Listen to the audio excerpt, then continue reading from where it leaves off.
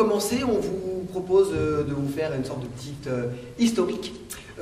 Effectivement, en fait, le covoiturage, ça remonte à très loin, à très longtemps derrière nous. Et donc, on va commencer un petit peu par ça. C'est ça. D'accord.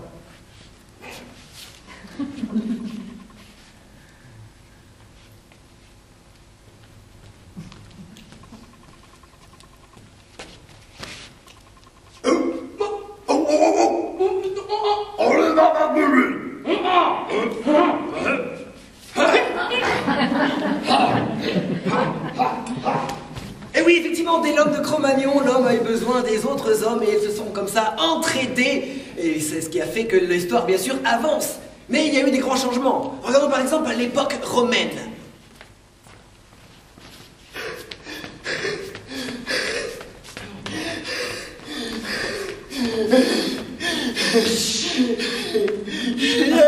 Hey! Ave! Oh, compagnon, où vas-tu? Oh, Ave, toi, Romain, qui est sur ton char! Je me rends à un marathon! Et c'est loin! J'en ai marre de courir, ça fait déjà une trentaine de kilomètres! Eh bien, monte donc dans mon char qu'on aille finir la route ensemble. C'est vrai! Tu me permets de monter dans ton char? Bien sûr, même si tu n'es que le peuple. Allez! Ah! Au moins, je suis sûr de ne pas crever à l'arrivée d'un marathon! Ah! Bien. Ensuite. Mais il est arrivé à un moment où le transport avait une autre vocation. On a commencé à rassembler les gens dans un même endroit. Nous allons pour ça parler d'une période un peu difficile de l'histoire de France.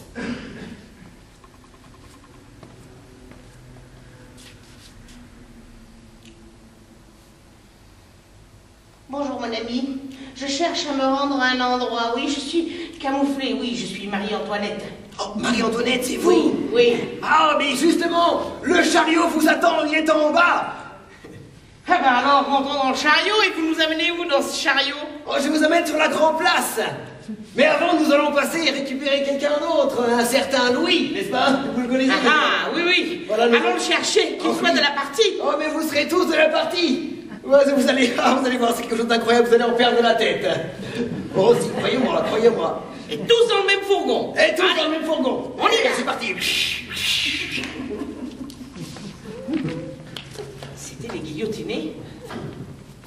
Et oui, et on s'est aussi rendu compte qu'il y avait des moyens de transport qui étaient parfois inadéquats, bien entendu, pour faire du transport en commun.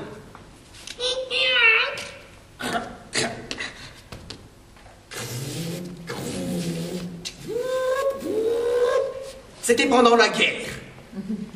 Toum, toum, toum.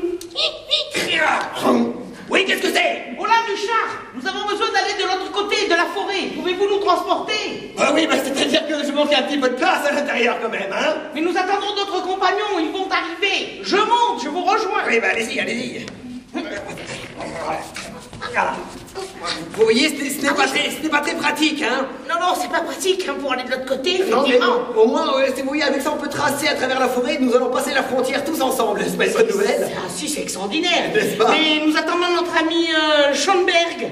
Schoenberg? Oui. Ah non, Schoenberg, il ne viendra pas avec nous, non. Ah bon? Non, il a préféré prendre un train solidaire. Ils étaient beaucoup aussi. Voilà. Pas de chance. Non, alors. pas de bol, hein.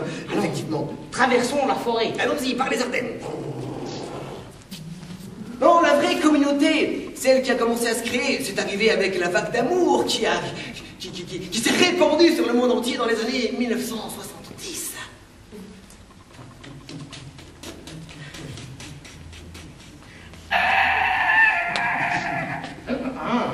Salut mon frère. Salut. Comment tu vas? Ça va super bien. Ouais, love and peace. C'est ça, où vas-tu? Toi aussi, tu y vas tout droit? Ouais, j'ai décidé d'aller voir dans ce grand champ là-bas qu'on appelle Woodstock. Eh bien, monte donc dans mon combi. Ouais, il est super avec toutes ces fleurs dessus, c'est génial. Attends, c'est la porte coulissante. Oui, c'est vrai. Oh, j'adore cette notion qu'on a tous ensemble. C'est ça, on partage tout, la musique, les transports, quel bonheur. L'amour aussi, mais bon, c'est une autre histoire. Ah oui, alors... Tiens, je vais partager ça aussi avec toi. Oh, c'est ça le partage. Ouais, c'est ça. C'est pratique. c'est pratique quand même d'avoir l'air conditionné dans la voiture, n'est-ce pas? C'est ça, exactement. Oui, c'est très pratique. Voici maintenant, de nos jours, nous avons appris à vivre avec le covoiturage. Qu'est-ce qu'il en est dans la vie réelle, vraiment ce couple? Chérie, maintenant que nous sommes mariés, il y a des décisions difficiles à prendre. Ah. Je te laisse prendre la première, si tu veux. Bon, très bien, écoute, je crois que nous devrions peut-être nous séparer d'une de nos voitures. Ah, c'est peut-être une bonne idée. Oui, d'ailleurs, je pensais qu'on pourrait peut-être se séparer de la tienne. La mienne? Oui. Et pourquoi pas de la tienne? Enfin, chérie, mais la mienne, tu comprends, c'est ma voiture. On va séparer. C'est sûr, mais est-ce que tu accepteras de me prendre dans ta voiture? Et comment je vais faire le jour où tu vas aller travailler et que moi j'aurai besoin d'aller quelque part? C'est une bonne idée, je ne sais pas comment faire.